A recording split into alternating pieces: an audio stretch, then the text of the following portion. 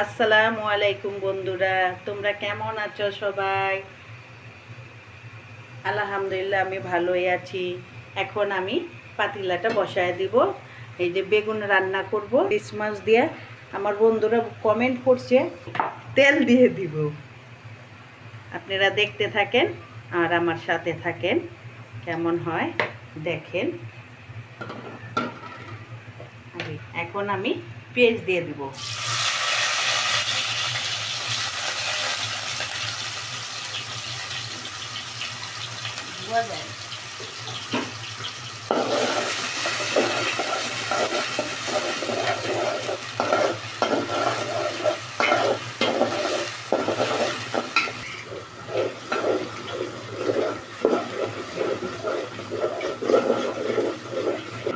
এখন আমি মশলা দেওয়ার আগে একটু পানি দিয়ে দেবো, ফাঁকি মরিচ তো এটার জন্য।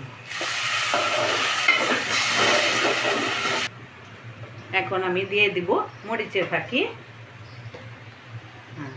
মরিচের ফাঁকি দিয়ে 2 চামচ মরিচের ফাঁকি দিয়েছি, আর এই যে আমি হলুদের ফাঁকি দিয়েছি। এখন আমি স্বাদ মতো লবণ দিয়ে দিব।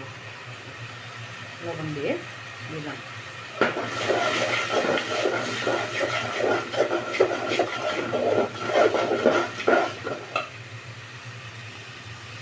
একটু আমি পানি দিয়ে কষায় নেব, ভালো করে কষাবো।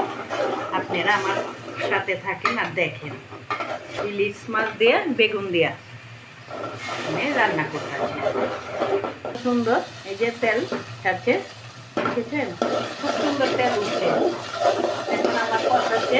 এখন আমি বেগুন আলু দিয়ে দিব। আমি আলু বেগুন দিয়ে দিব। আমার কষাই হয়ে গেছে, দেখছেন বন্ধুরা? এইগুলো কষায় নিচ্ছি।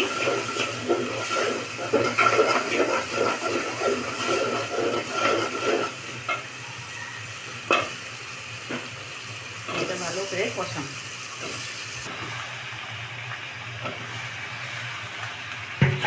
ভালো করে লাগা দিয়ে একটু কষায় ঢেকে দিব।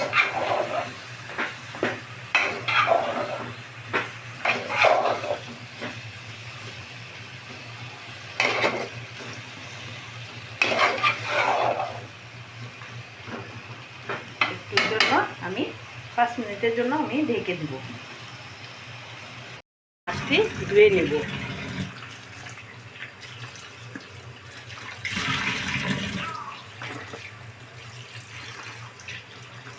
আমি ভালো করে মাছটি 2-3 বার ধুয়ে নিয়েছি ভালো করে। তারপর আমি আরেকবার ধুবো, বুঝছেন? এই যে পরিষ্কার হয়ে গেছে বন্ধুরা। পরিষ্কার করে ধুয়ে এই যে নিচ্ছি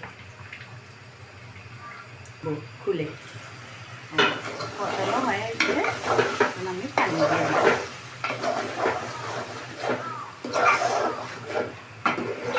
এখন দিয়ে দিব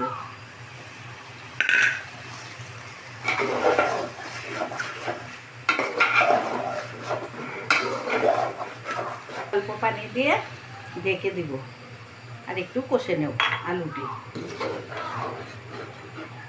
ঢাকা দিয়ে দিব, হইতে থাক।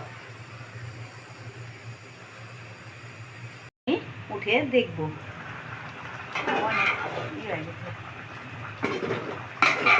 বই লাগেছে, খুব সুন্দর তো। এখন দিয়ে দিব একটু কষায়।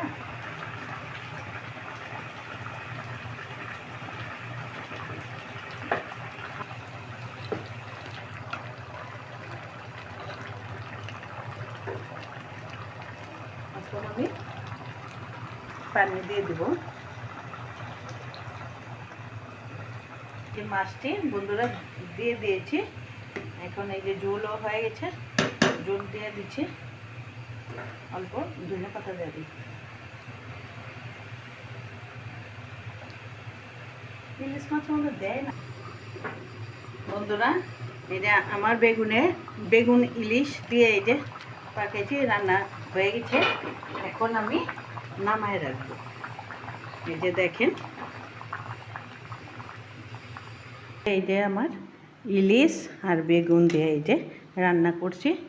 এই যে এখন ওর সাথে থাকার জন্য ধন্যবাদ। আসসালামু আলাইকুম।